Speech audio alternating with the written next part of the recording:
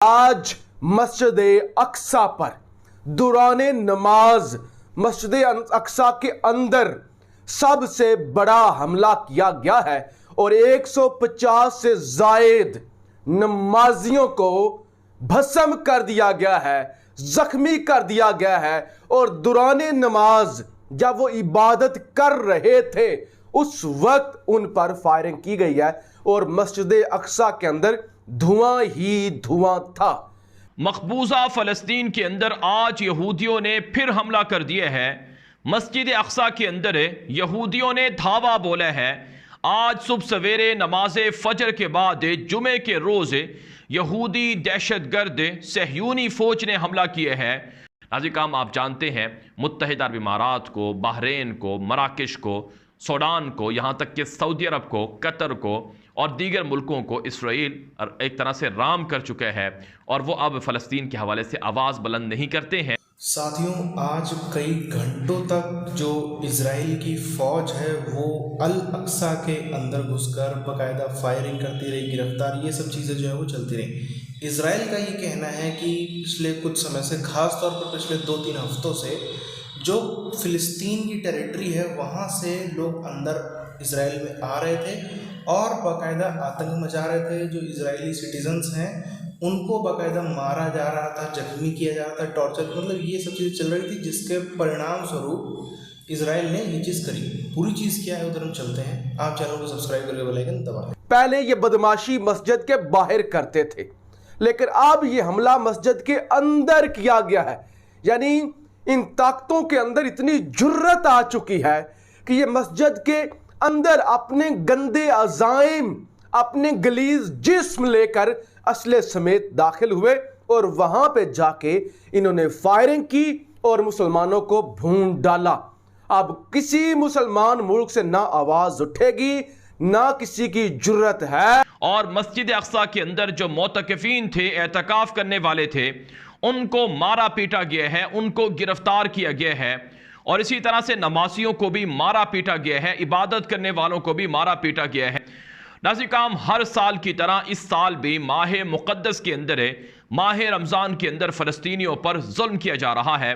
आप जानते हैं पिछले साल भी रमज़ानुल मुबारक के महीने में इसराइली सहयूनी फ़ौज ने मुसलमानों पर हमला कर दिया था, बैतुल मुक़द्दस पर हमला कर दिया था। फ़लस्तीन के अंदर बैतुल मुक़द्दस में मस्जिद अक्सा के अंदर एतकाफ़ बैठने वालों को गिरफ्तार किया गया था, उन्हें तरावी पढ़ने से रोका गया था, उन्हें इबादत करने से रोका गया था, जिसके बाद हालात ख़राब हुए थे। घरों के अंदर घुसकर चार दीवारी के तकद्दुस को पामाल किया जा रहा है। निहत्ते फ़लस्तीनी नौजवानों को ज़िंदा गिरफ्तार करके जेलों में डाल दिया जाता है, टॉर्चर किया जाता है। नाज़रीन, ये जो जुल्म है इस पर उम्मत मुस्लिमा ख्वाब गफलत में है। ये जो जुल्म है इस पर इस्लामी दुनिया ख्वाब गफलत में है। मुसलमान मुल्कों को अपने अंदरूनी मामलात के अंदर उलझा दिया गया है और मुसलमान मुल्कों के साथ जो मुसलमान मुल्कों का अमन है वहाँ पर उनको ख़रीद लिया गया है। उनको इसराइल के साथ दोस्ताना ताल्लुकात पर मजबूर किया गया है। हफ्तों के अंदर इसराइल की दहशतगर्द सहयूनी हुकूमत के ख़िलाफ़ और इसराइल के सहयूनी दरिंदों के ख़िलाफ़ फ़लस्तीनी मुजाहिदीन ने हमले किए हैं, जिसके अंदर फ़लस्तीन के जो नौजवान मुजाहिदीन थे उन्होंने, यानी एक मुजाहिद जाता है चाकू उठाकर कई यहूदियों को हलाक कर देता है, एक मुजाहिद जाता है वो कई यहूदियों को फायरिंग करके कर देता है। चुनाचे नाज़रीन किराम, पिछले 2-3 हफ्तों के दौरान 50 से ज़ायद यहूदी ज़ख्मी और हलाक हो चुके हैं और एक फ़लस्तीनी मुजाहिद को गिरफ्तार या उसे शहीद करने के लिए 1000 से ज़ायद पुलिस एहलकारों ने ऑपरेशन किया। फिर जाकर कई घंटे के बाद, तकरीबन 10 घंटे के बाद जाकर उस फ़लस्तीनी नौजवान मुजाहिद को वो गिरफ्तार या उसे शहीद कर चुके हैं।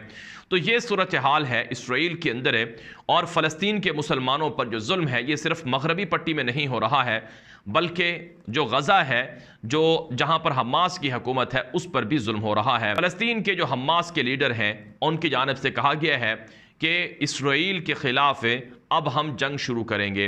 अगर इसराइल ने जुल्म बंद ना किया, मस्जिद अक्सा को गिराने के जो मंसूबे हैं उसे ना रोका और फ़लस्तीनियों पर जुल्म बंद ना किया और मस्जिद अक्सा के अंदर नमाजियों को नमाज अदा करने से रोका गया, तो फिर हम पिछले साल की तरह ये जंग भी शुरू कर सकते हैं। यकीनन ये चीज़ें फ़लस्तीनी मुसलमानों को कबूल नहीं है और नाज़रीन, यही वजह है कि फ़लस्तीन के अंदर अब हमास ने एक मरतबा फिर तबले जंग बजा दिए है।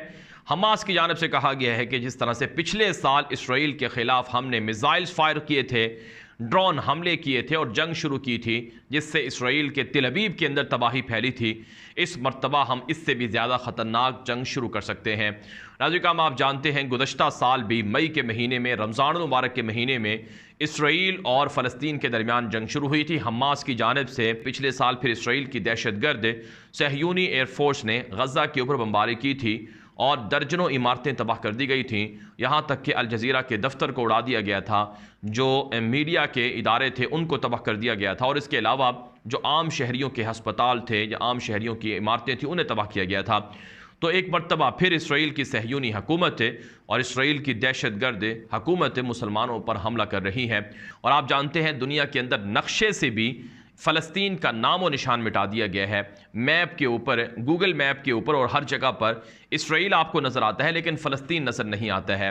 यही नहीं नाज़रीन, इसराइल की सहयूनी हुकूमत शाम के ऊपर भी हमले कर रही हैं। आज भी दमिश्क के ऊपर कई जगहों पर बमबारी की गई है इसराइली सहयूनी फ़ौज की जानिब से।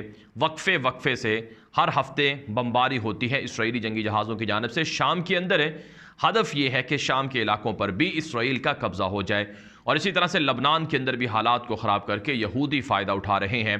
तो अब आप जानते हैं पिछले साल जब जंग शुरू हुई थी तो पाकिस्तान ने और तुर्की ने मिलकर इस जंग को रुकवाने के लिए बड़ा रोल अदा किया था, क्योंकि जाहिर सी बात है जो हमास के लोग थे या फ़लस्तीनी मुसलमान थे उनके पास जहाज़ तो है नहीं कि वो जंगी जहाज़ों के साथ जाकर बमबारी कर दें।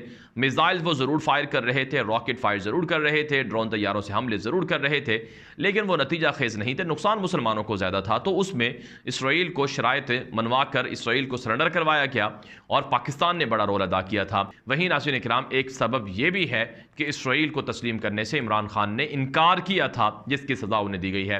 अब जो पाकिस्तान के अंदर नई हुकूमत आई है, शहबाज शरीफ की हुकूमत, जिसे अमरीकी एजेंटों की हुकूमत कहा जाता है, जिसे अमरीकी कठपुतली लोगों की हुकूमत कहा जाता है, जिसको पाकिस्तान की आवाम इम्पोर्टेड हुकूमत नामंजूर के नाम से रिजेक्ट कर रही है।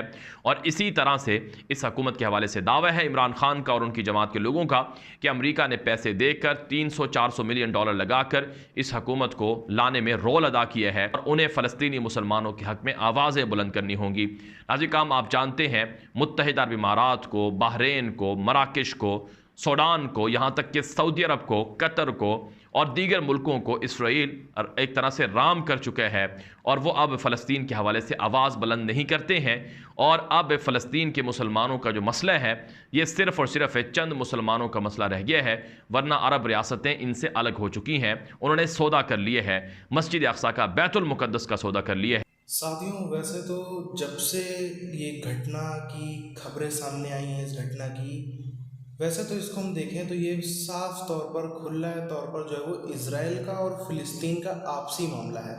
उनके क्या क्लैश हैं, दोनों के अपने एक दूसरे पर इल्ज़ाम वगैरह है, वो सीधी बात चलते रहते हैं। लेकिन ये जो है ये आज का नहीं, दशकों से इज़राइल का और फ़िलिस्तीन का निजी मुद्दा रहा है। और दुनिया का और कितने देश हैं जो अड़ोसी पड़ोसी देश भी हैं, वो भी इसमें अपनी टांग अड़ाने की कोशिश नहीं कर रहे हैं कि भाई इसमें हम अपनी राय दें। उनका भी कहना है कि हाँ ठीक है, जो भी है वो अपने हिसाब से सेटल कर लें।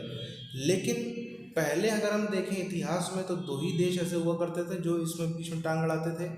अब एक थोड़ा सा कम हो गया है या चुप्पी साधे हुए। तुर्की की अगर हम देखें तो तुर्की वालों के पास पहले तो खुद ही पैसे नहीं हैं, भूखे पेट जो है वो कहाँ से दूसरे पे इल्ज़ाम लगाएं, दूसरे को कहाँ से गर्मी दिखाएं, दूसरे को कैसे डांटें या उसको क्रिटिसाइज़ करें।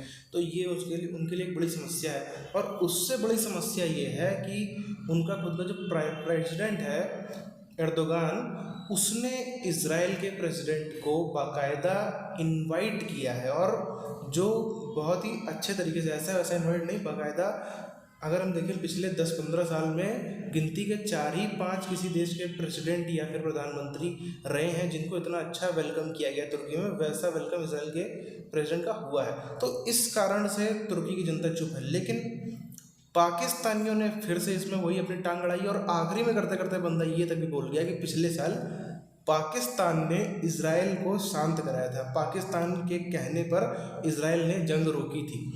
तो अब इससे बड़ा मजाक और क्या ही हो सकता है। बहरहाल इस वीडियो के ऊपर ख़त्म करते हैं, मिलते हैं आप सारे वीडियोज़ में, तब तक के लिए जय हिंद।